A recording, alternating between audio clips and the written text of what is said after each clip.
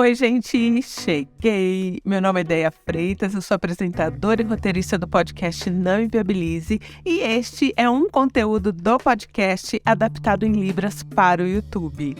Você pode ouvir essa mesma história gratuitamente em todas as plataformas de áudio. Aproveita, já se inscreve aqui no canal, deixa o seu like, compartilha com a sua família, seus amigos, seus amores. Nós estamos no YouTube. Além das histórias gratuitas que você vai ver aqui no YouTube, a gente tem uma assinatura com mais aí umas 200 histórias inéditas disponíveis para você. E assinando, além de receber uma história inédita por dia de segunda a quinta-feira, você ajuda a gente a continuar com esse trabalho aqui de transformar as histórias em Libras. A ideia é que o nosso conteúdo seja acessível a todas as pessoas e esse trabalho aqui em Libras é muito importante para a gente.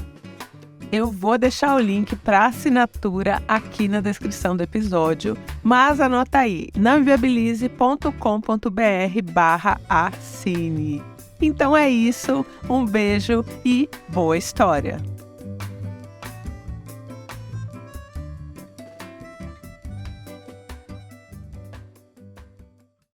Este episódio possui conteúdo sensível e deve ser ouvido com cautela. Shhh, luz acesa, histórias da medo.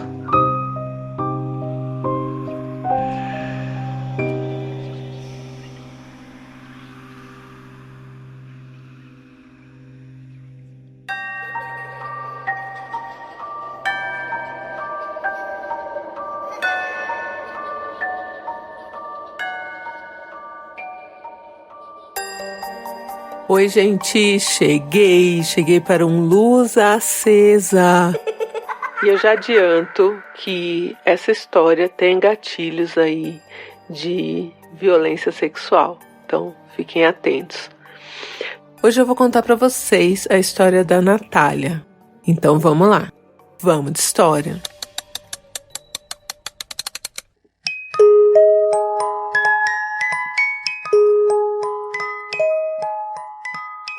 A Natália, uma universitária que tem que andar um bom trecho aí para chegar até em casa quando volta, né, à noite.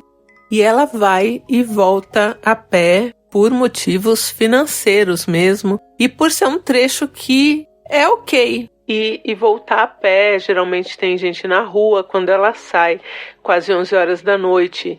Muitos alunos saem também, então ela vai ali pelo fluxo e tudo certo. Mas a gente sabe, né, que os perigos estão por aí. Um dia, a Natália acordou estranha. Ela não sabe dizer por quê. Mas sabe quando você passa o dia, assim, esquisita? Eu vou aqui fazer um parêntese para contar uma passagem minha para vocês. Eu não sei se todo mundo sabe, acho que a maioria não.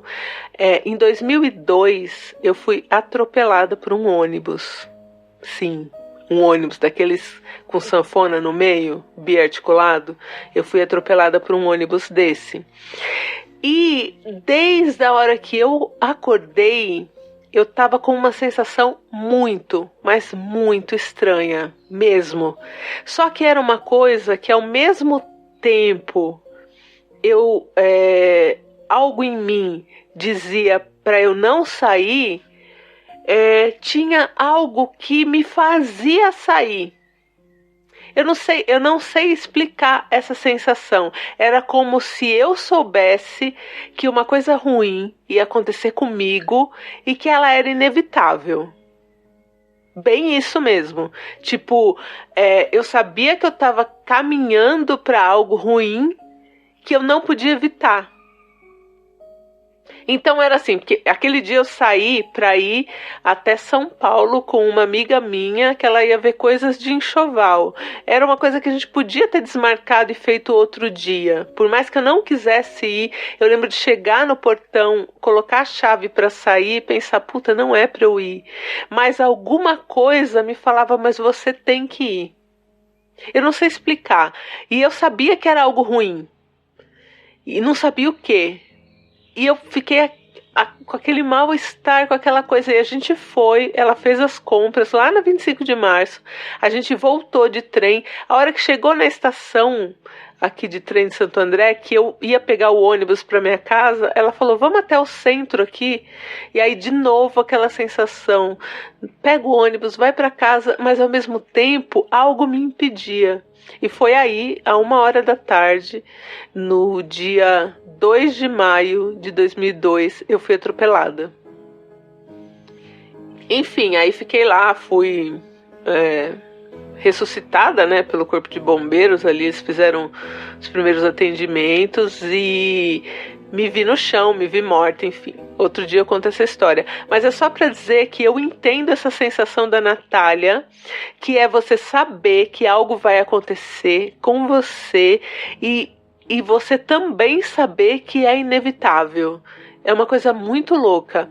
E era esse sentimento que a Natália tinha ali a hora que ela acordou. Que algo ia acontecer, que ela não sabia o quê. Algo que estava deixando ela muito mal. Mas ela, por exemplo, era um dia que ela não precisava ir na faculdade. Ela podia ter voltado para casa, do trabalho ali para casa. Só que ela foi, mesmo com esse sentimento, essa sensação. E eu entendo a Natália, porque eu já passei por isso igualzinho. Nessa questão de não saber por que a gente tem que ir, mesmo sabendo que algo ruim vai acontecer. Enfim. E aí a Natália foi, estudou, e ela estava se sentindo mal, assim, estranha. Na hora do intervalo ela pensou em ir embora, mas ela pensou nessa questão da segurança, né? Porque na hora do intervalo poucas pessoas vão embora, e na hora que todo mundo sai, né? Quando termina a aula vai mais gente. Então ela esperou, e quando ela saiu ali da faculdade, ela fez exatamente o mesmo caminho que ela fazia todo dia, e sempre tinha gente na rua. Só que nesse dia, conforme ela foi andando, não sei, as pessoas foram, sei lá, virando uma esquina, virando outra, faltando 3 quarteirões para chegar em casa. Natália se viu sozinha na rua, andando, e ela só escutava o eco dos próprios passos dela. Assim que Natália virou a esquina, faltando 2 quarteirões para a casa dela, Natália sentiu um puxão, assim, um tranco. E do lado direito dela, ela estava na calçada, era um terreno abandonado. Um terreno baldio. E ela sentiu esse puxão e ela foi agarrada por um homem para esse terreno baldio.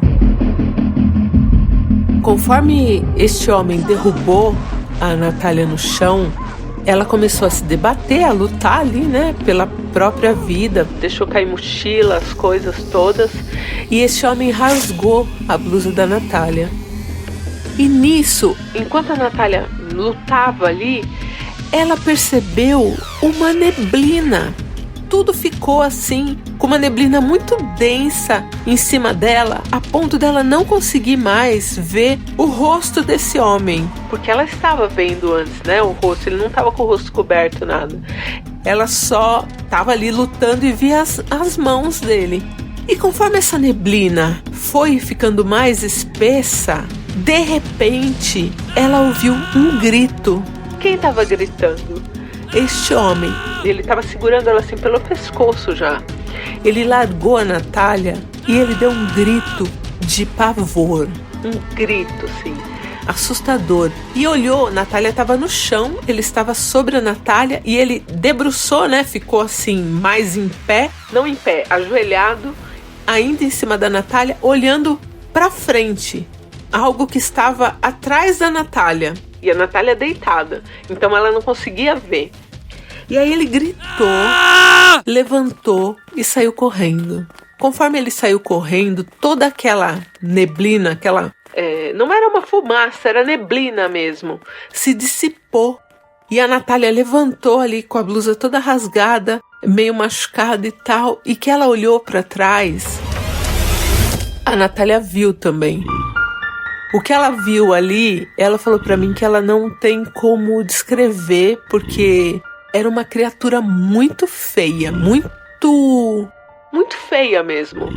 Só que Quando a Natália olhou para essa criatura, ela não sentiu medo, talvez porque ela já estava apavorada com o cara e tal.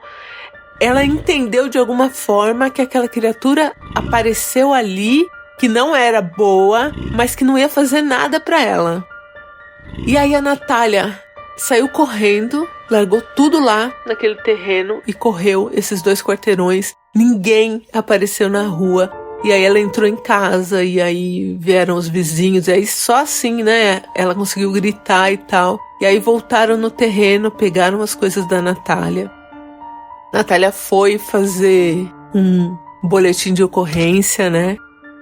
Ela deu a descrição do homem e tal, mas acabou que não encontraram ali na hora. Enfim, depois teve até investigação, mas não encontraram o cara. E aí uma coisa que aconteceu, a Natália, ela não voltou no terreno, ela nunca mais fez aquele caminho. Ela passou a fazer um outro caminho. Um vizinho dela ali, com a filha que estudava lá também, eles fizeram um bem bolado, enfim, para voltar junto. Só que quem foi buscar as coisas da Natália nesse terreno baldio? Então pensa assim, era um terreno com um mato muito alto. Um mato de mais ou menos, sei lá, uns 70 centímetros assim, de mato mesmo. Imagina, uma pessoa te joga no chão, tem uma briga ali, né? Um confronto físico, faz uma pequena clareira, né? No mato. Quando eles voltaram no mato, o mato tava uma grande parte assim, amassada, bem amassada. Coisa assim, como se tivesse acontecido naquele momento assim. Então não fazia sentido tá daquele jeito o mato. E aí depois, né, porque a Natália ficou muito traumatizada, depois de um tempo, os vizinhos ali comentando, falaram dessa questão do mato para a Natália, e ela disse que quando essa neblina chegou, parecia algo denso mesmo. Ela ouvia o mato abaixar. Ela falou que 2 coisas que ela ouviu muito bem. Quando essa neblina chegou, esse mato abaixando, e a respiração dessa criatura depois que ela ficou olhando para essa criatura, assustada ali, né, sem saber se ia ser atacada de novo, e nada aconteceu, ela saiu correndo. E detalhe, né, que ela falou, ela sabia que essa criatura não era boa, né? Que será isso, gente? Pelo amor. E por que essa criatura não sendo boa, né, essa sensação que a Natália teve de sentir o mal ali, não atacou a Natália e assustou o cara? Será que era algo do cara? Mas ficou ali, não foi embora com ele.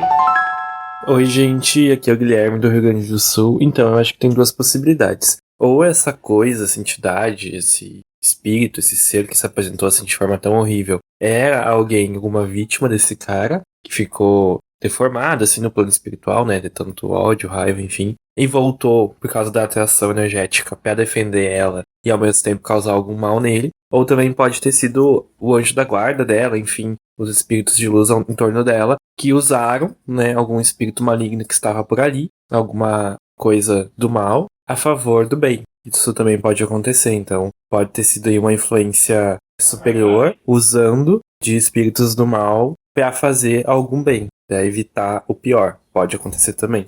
Eu acho que são essas as possibilidades. Que bom que ela conseguiu escapar, né? Ainda bem.